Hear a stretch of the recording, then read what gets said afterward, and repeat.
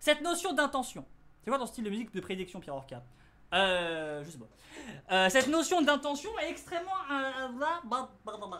Pourquoi? Parce que vous mettez n'importe quelle personne sur un piano. Vous lui demandez de faire quelque chose. Admettons ceci.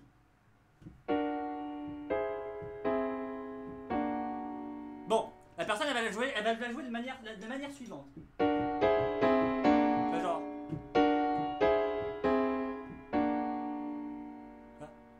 Parce qu'il n'y a pas d'intention. Si tu mets de l'intention, de l'énergie, de la spiritualité, si tu mets un bout de ton âme, bon. Bah du coup tu peux faire quelque chose de beaucoup plus spirituel. Et là on a toute une sonorité intéressante. On va maintenir un petit do par exemple, tu vois.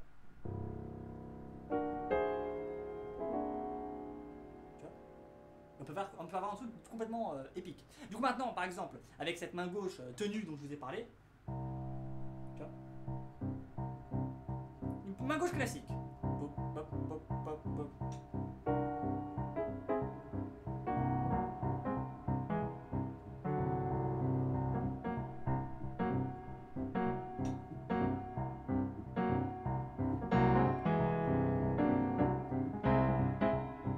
On peut rester aussi longtemps qu'on veut.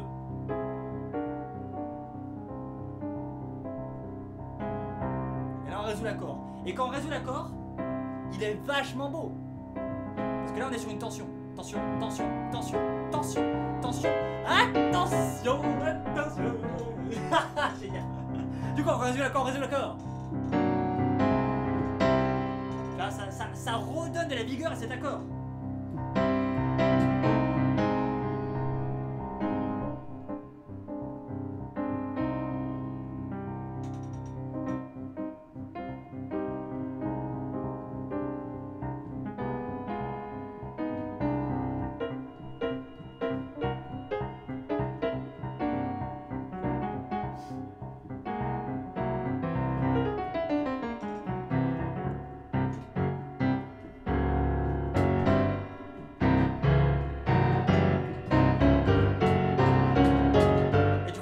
Truc avec cette notion de rythme et cette notion d'intention. Le rythme est très important. Si on maintient ça, la façon dont je vais rythmer la main droite, avec ça.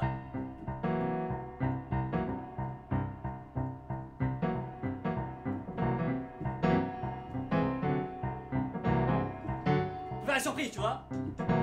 Ça c'est Bius, tu vois. Ça c'est Bius, du coup je fais ça.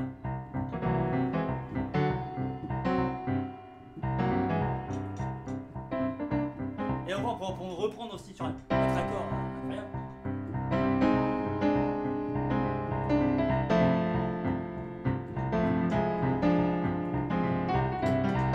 Ah.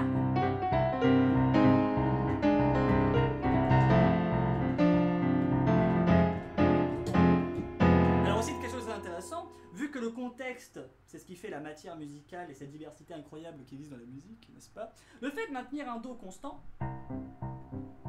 quand on va changer de note, ça va être incroyable. Ça, j'ai expliqué dans la musique comment composer de la pop. Une vidéo que j'ai composée, une vidéo que j'ai faite, qui est complètement de la merde. Voilà, j'ai expliqué cette notion de rester extrêmement longtemps sur une note, ce qui fait que quand vous changez de note, c'est incroyable. La révélation du mec, tu vois.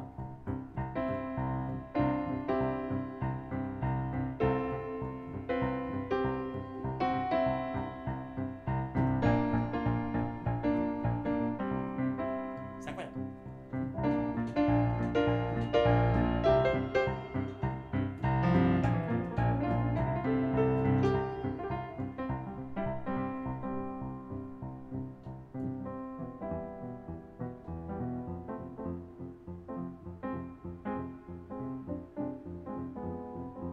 Et vous pouvez tenir très longtemps comme ça.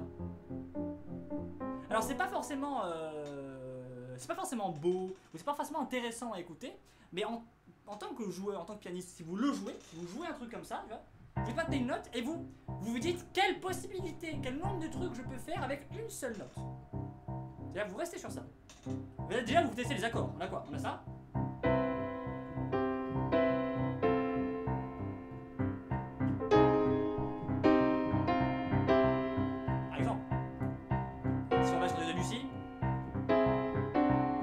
Sur de la dissonance contemporaine.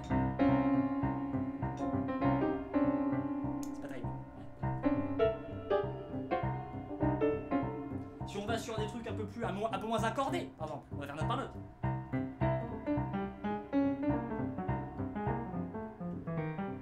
Ça c'est contemporain, tu vois. Ou alors tu fais un truc beaucoup plus classique. Dans ce cas, on prend une gamme pentatonique.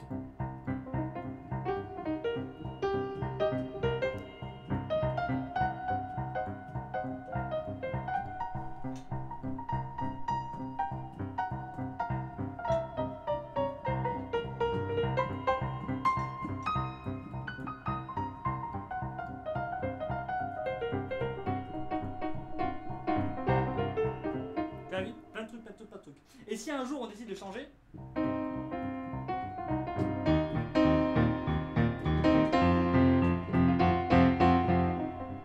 il faut vraiment accentuer le changement.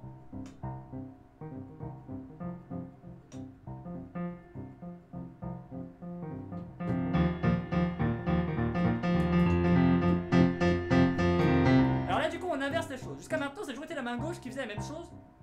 Et la main droite changeait. On peut évidemment changer ça. Si on prend la main droite, on accente une note. Admettons la carte. Donc on est sur un Do, on part sur un Fa.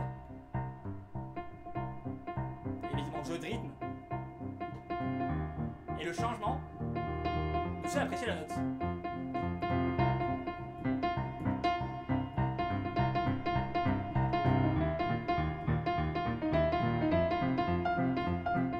Toujours un Fa.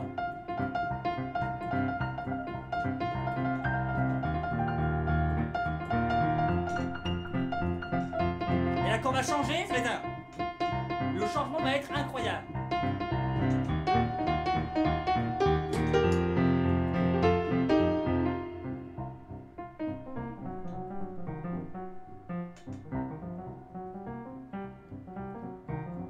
Vous avez vu, donc l'insistance sur quelque chose apporte le contexte et donc du coup amplifie le changement.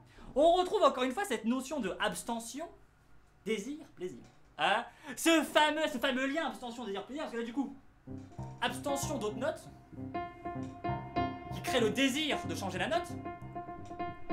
Et quand on change la note, plaisir.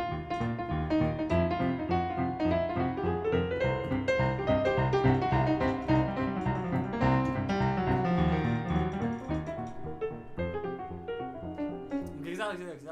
Donc encore une fois, même dans la musique, on trouve ce fameux schéma abstention, désir, plaisir. C'est incroyable. Tout ça grâce au contexte importé de par le non-changement de quelque chose. Hein, c'est fou.